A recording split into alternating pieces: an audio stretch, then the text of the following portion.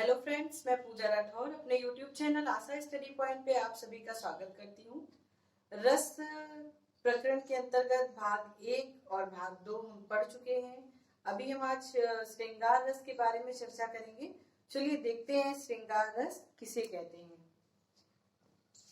श्रृंगार रस 9 रसों के अंतर्गत आने वाला पहला रस है, जिसे भोज ने एकमात्र रस की संज्ञा दी थी।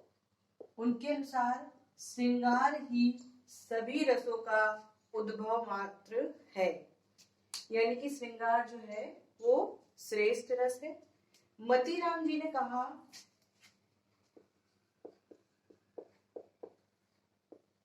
कि श्रृंगार रस जो है वो रसराज है, यानी रसों का राजा है या रसों में श्रेष्ठ है, रस श्रेष्ठ। ये सब मतीराम जी ने बताया। भोज ने से एकमात्र रस की संज्ञा दी। पिछली बार जब हमने पढ़ा तो भरत मुनि के अनुसार यदि आपसे प्रश्न बनाता है एग्जाम में कि भरत मुनि ने कितने रसों का वर्णन किया, तो 8 रसों का किया। अगर आपसे पूछे हिंदी में कितने रस हैं, तो 9 रस हैं। और इस समय प्रेजेंट टाइम में वात्सल्य रस, जिसका स्थायी भाव वत्सलता रूपी रति है, और भक्ति रस, जिसका स्थायी भाव भगवत विषयक रति है। ये दोनों रस भी रसों की संज्ञा में जोड़ दिए गए, जिसके बाद रसों की संख्या 11 हो गई। ये तो आपके प्रश्न बनने वाले हैं पेपर में। इसके बाद देखें कि एक प्रश्न यहाँ से बन जाता है आपके कि श्रृंगार की वर्तनी जो है वो क्या होनी चाहिए। तो आपको अलग अलग तरीके से श्रृंगार लिख के दे देता है, पूछता है इसकी वर्तनी क्या शुद्ध होगी, तो उसको भी देख लीजिए। पेपर में आ चुका है इस तरह से, इस तरह से, इस तरह से, या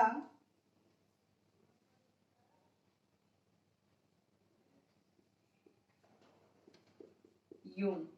कोई भी 4 ऑप्शन आपको दे देगा, पूछेगा श्रृंगार की शुद्ध वर्तनी क्या है, तो आप ध्यान रखिएगा कि श्रृंगार इसी तरह लिखा जाता है। इसके बाद देखें श्रृंगार रस का स्थायी भाव क्या होता है, तो रति या प्रेम होता है। इसकी परिभाषा देख लेते हैं। नायक और नायिका के मन में संस्कार रूप में स्थित रति या प्रेम, यानी कि नायक या नायिका की जो चेष्टाएं होती हैं या उनके प्रेम संबंध होते हैं या परस्पर मिलन की जहाँ पे भी व्याख्या होती है या विरह की व्याख्या होती है, वो सब हमारा श्रृंगार रस के अंतर्गत आता है। क्योंकि श्रृंगार रस के 2 भेद होते हैं, एक संयोग श्रृंगार और एक वियोग श्रृंगार। यानी जहाँ पे प्रेमी और प्रेमिका या नायक और नायिका या पति पत्नी के मिलन की बात हो, तो वहां पर संयोग यानी जुड़ाव का अर्थ देते हैं, तो संयोग श्रृंगार होता है। और जहाँ पे विरह या वियोग या बिछड़ना, इन सब बातों का जिक्र होता है, वहां पर वियोग या विप्रलंब श्रृंगार होता है। चलिए देखते हैं। नायक और नायिका के मन में संस्कार रूप में स्थित रति या प्रेम जब रस की अवस्था में, यानी स्थायी भाव जब रति जागृत हो जाए और वो रस रूप में परिणित हो जाए, तो उसे श्रृंगार रस कहा जाता है। जहां नायक नायिका के परस्पर प्रेम या सौंदर्य का वर्णन हो, वो हमारा सब श्रृंगार के अंतर्गत आता है। उन्हें श्रृंगार रस कहते हैं, जिसका स्थायी भाव रति या प्रेम है। इतनी बात समझ में आई। इसके बाद देखिए श्रृंगार रस के 2 भेद हैं, संयोग श्रृंगार और वियोग श्रृंगार। वियोग श्रृंगार का दूसरा नाम विप्रलंब श्रृंगार भी है। ये भी आपके एग्जाम में पूछता है कि श्रृंगार रस के कितने भेद हैं, तो 2 भेद हैं। और वियोग श्रृंगार का अन्य नाम क्या है, विप्रलंब श्रृंगार है। या आपसे पूछे कि विप्रलंब श्रृंगार किसका एक भेद है, तो आपका संयोग श्रृंगार रस के अंतर्गत एक भेद हो जाएगा। इसके बाद हम चर्चा करते हैं संयोग श्रृंगार पर। तो जहां नायक और नायिका के मिलन, दर्शन, आलिंगन इत्यादि के द्वारा रति स्थाव भाव की निष्पत्ति हो, वहां संयोग श्रृंगार होता है। सिंपल भाषा में अगर बात करें तो जहां पर भी प्रेमी प्रेमिका, नायक नायिका या पति पत्नी के परस्पर मिलन, संयोग, आलिंगन या दर्शन से ही खुशी हो रही हो दूर से देखने पर, ऐसी भावनाएं अगर कहीं पे जागृत हो रही है, ऐसा प्रेम दिखाई दे रहा है, तो वो सब जुड़ाव की स्थिति यानी संयोग श्रृंगार की उत्पत्ति के स्रोत हैं।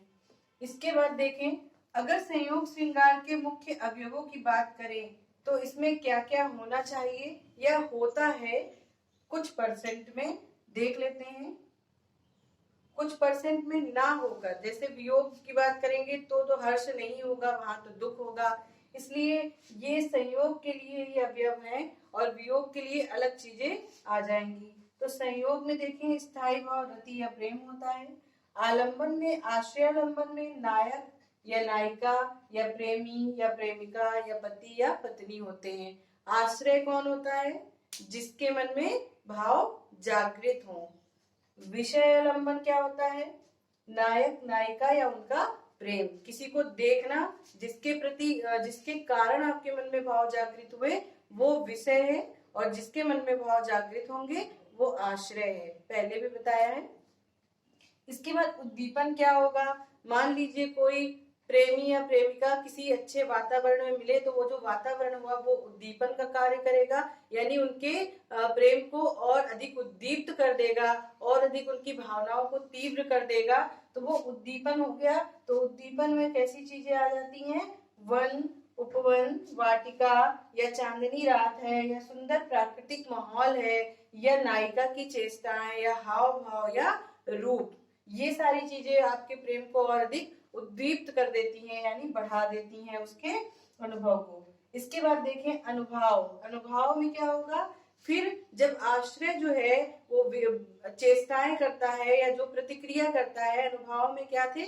4 थे, कायिक, मानसिक, सात्विक और आहार्य। तो ज्यादातर कायिक और मानसिक प्रक्रियाएं हम देखने को मिलती हैं, जैसे कटाक्ष या आलिंगन करना या मुस्कान या मधुर आलाप माने वार्तालाप या चुंबन इत्यादि। इसके बाद देखें संचारी भाव। तो संचारी भाव, जो भाव तत्काल उस समय की जो भी स्थिति होती है उसके अनुसार जो भाव पैदा होते हैं, उत्पन्न होते हैं, वो संचारी भाव होते हैं। जैसे कि लज्जा, जैसे कि स्वप्न, चपलता, मोह, जड़ता और हर्ष, ये हमारे संयोग श्रृंगार के कुछ जरूरी अंग होते हैं। जब अभी हम उदाहरण देखेंगे तो उनमें यही सारी चीजें आपको कभी कभी दे देता है एग्जाम में कि फाइंड आउट करें आलंबन कौन है, आश्रय कौन है, विषय कौन है, क्या संचारी भाव है यहाँ पे। वैसे इतना डीप नहीं आता है, आपको एक उदाहरण देता है, पूछता है दिए गई पंक्तियों में कौन सा रस।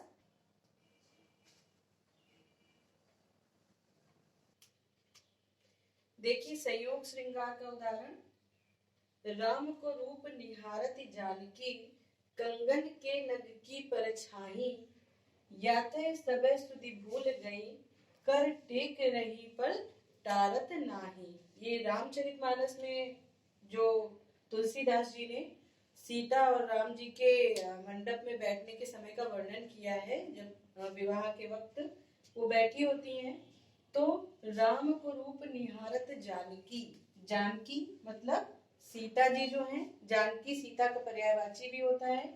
जानकी जी जो है वो अपने कंगन के नग में, वैसे भी आप देख सकते हैं यदि आपके कंगन में कोई नग लगा है या आपके रिंग में कोई नग लगा है या ऐसे जैसे ये मिरर है तो इसमें किसी का रूप दिखाई दे सकता है, मतलब अगर कोई देखेगा तो आप अपना चेहरा देख सकते हैं इसमें। तो कंगन के नग की परछाई, जब वो बैठी हैं तो अपने उनके कंगन में राम जी की छवि दिखाई दे रही है, तो वो उसको निहार रही हैं। निहारना मतलब देख रही हैं। याते समय सुध भूल गई, और देखते ही उनको वो सारी सुध भूल गई है, यानी एकदम जड़ हो गई उन्हें देखकर, वो इतने सुंदर शोभायमान लग रहे हैं। टेक रही, कर टेक रही पल टारत नाही, कि अपने हाथ को वो हटाना ही भूल जाती हैं और उसमें सिर्फ राम की मूरत को, सूरत को निहारती ही रह जाती हैं और ये पल नहीं टलता। तो ये आपका संयोग श्रृंगार का उदाहरण है, क्योंकि इसमें दर्शन यानी वो देख कर ही इतनी आनंदित हो रही है कि रति भाव जो है वो जागृत हो रहा है। यहाँ पे आश्रय कौन है? तो और विषय कौन है? विषयालंबन जो है वो राम है, ठीक है। आश्रय जो है वो सीता जी हैं, यानी कि आश्रय आलंबन जो है वो जानकी यानी सीता जी हैं। और विषय जो है यानी विषयालंबन जो है वो राम जी हैं, ठीक। और उद्दीपन क्या है? उद्दीपन है वो प्रतिबिंब जो कंगन की नग में दिखाई दे रहा है। और अनुभाव क्या है? अनुभाव में सीता जी क्या कर रही हैं? उनके रूप को निहार रही हैं और हाथ को एक जगह टेक के रह गई हैं, हटाना ही भूल जाती। और संचारी भाव यहाँ पे क्या है? हर्ष, यानी उन्हें अत्यधिक प्रसन्नता हो रही है उन्हें देखकर, इनका रूप इतना सुंदर शोभायमान है। और वो जड़ हो जाती हैं कि उन्हें अपना हाथ हटाने की सुध-बुध नहीं रहती। अर्थात ऐसी सुंदर पंक्तियों में श्रृंगार रस का उदाहरण आपको प्रस्तुत किया गया है, ठीक है। और एक आध उदाहरण देख लेते हैं।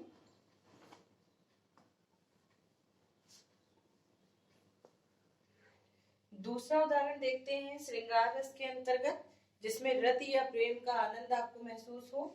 बतरस लालच लाल की, यानी बातों का आनंद प्राप्त करने के लिए।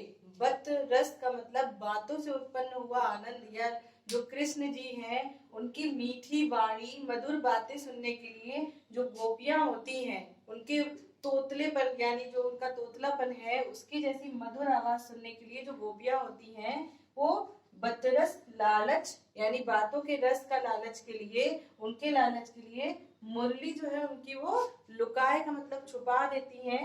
सौं करें, कसम खाती हैं। भौहन हंसे और मनी मन मुस्काती हैं।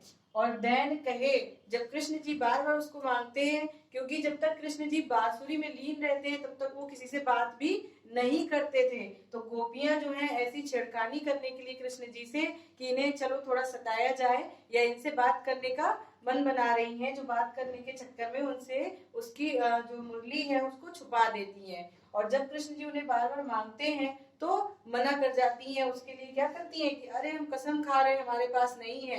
और फिर मनी मन मुस्कुराती हैं कि हाँ है तो हमारे ही पास, लेकिन वो उन्हें देने से मना करती हैं कि बार बार कृष्ण की जो बातें हैं मधुर वाणी है उसको उन्हें सुनने को मिले। तो ये भी आपका क्या है, यहाँ पर भी रति की उत्पत्ति होती है और ये भी आपका श्रृंगार रस का उदाहरण है। इसमें आश्रय क्या हो जाएंगी?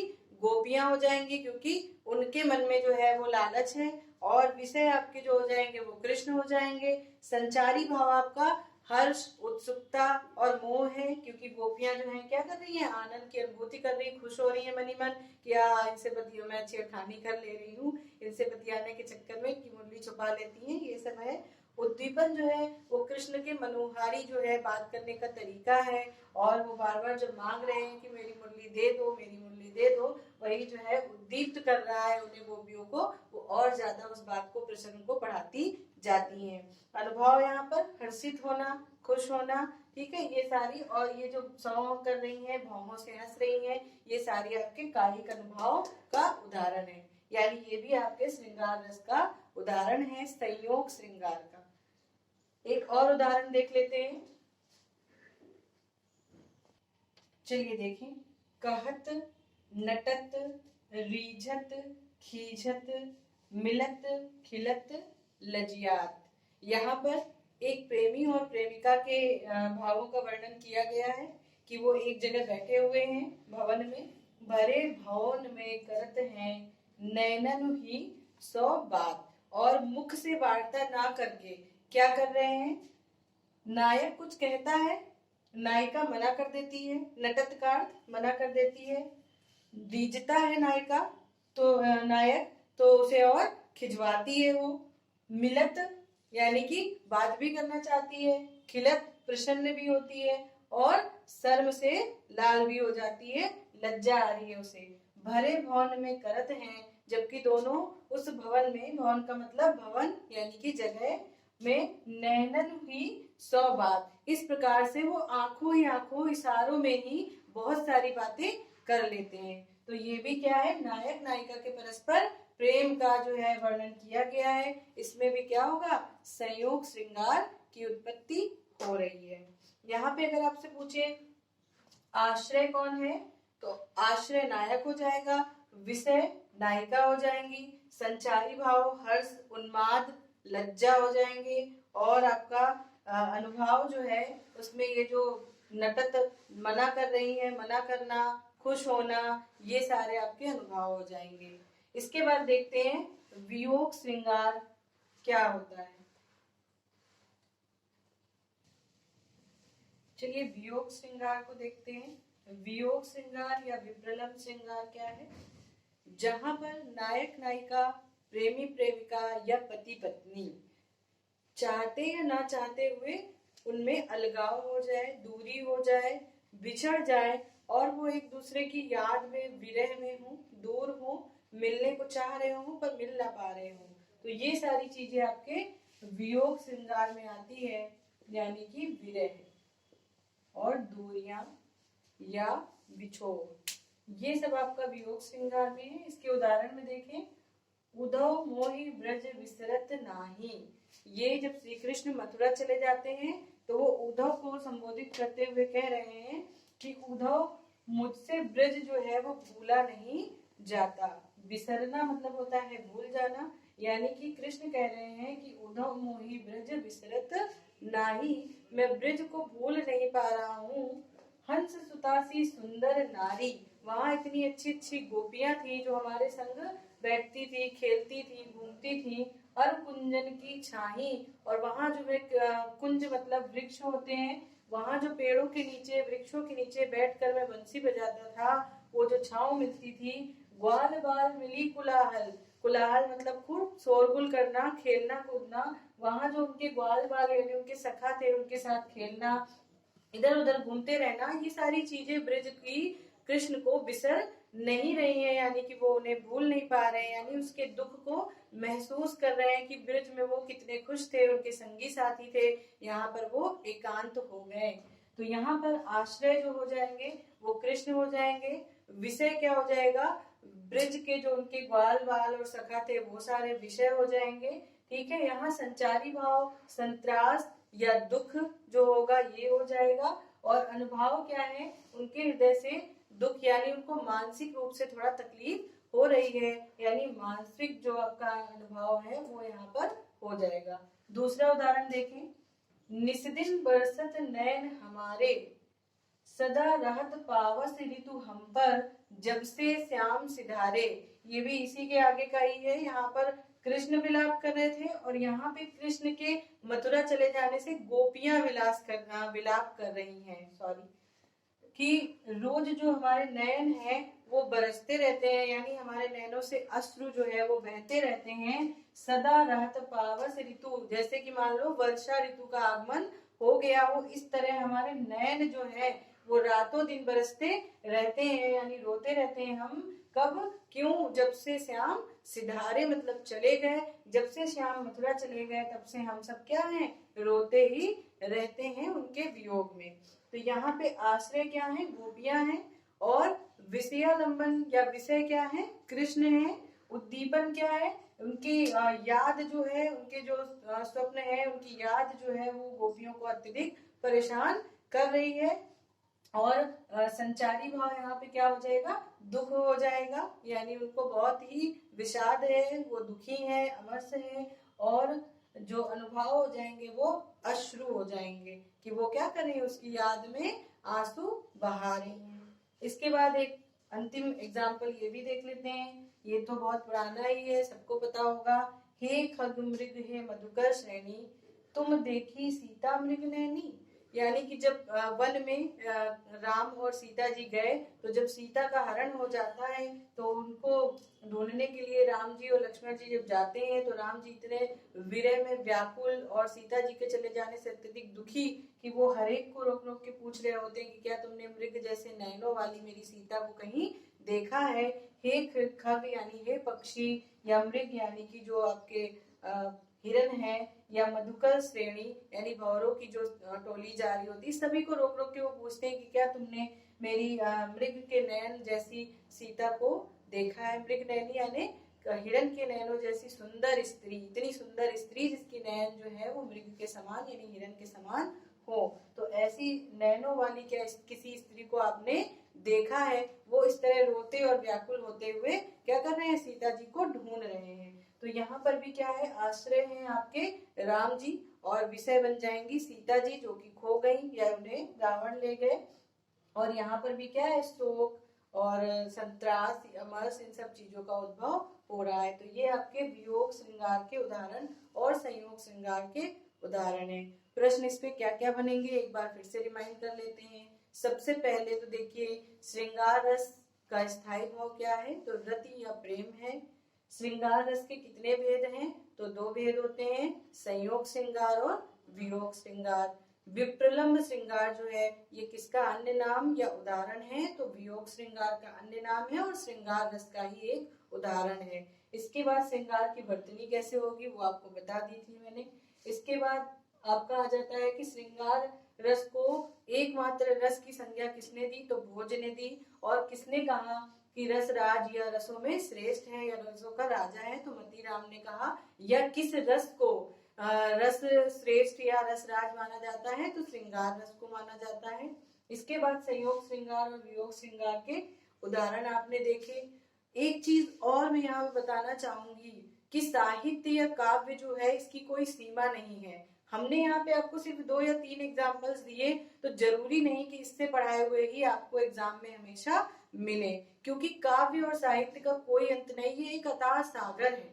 तो आपको करना ये भी है यहाँ पर, यदि आप चाहते हैं कि साहित्य का आपसे कोई भी प्रश्न ना छूटे तो हाई स्कूल, इंटर, 11th ऐसी पुस्तकों का भी आप थोड़ा सा अध्ययन करें। उसमें जब आप बिहारी के दोहे या मीरा की जो पदावली है इन सब चीजों को पढ़ते हैं तो आपको कम से कम इतना तो समझ में आ ही जाता है कि ये पंक्तियां मैंने कहीं पर देखी हैं। इसके लिए अभी हम आगे कुछ और भी नियम बनाएंगे, तो वो देखते हैं थोड़ा आगे। और जैसे मीरा जी की पंक्ति है, मेरो तो गिरधर गोपाल दूसरो ना कोई, जाके सिर मोर मुकुट मेरो पति सोए।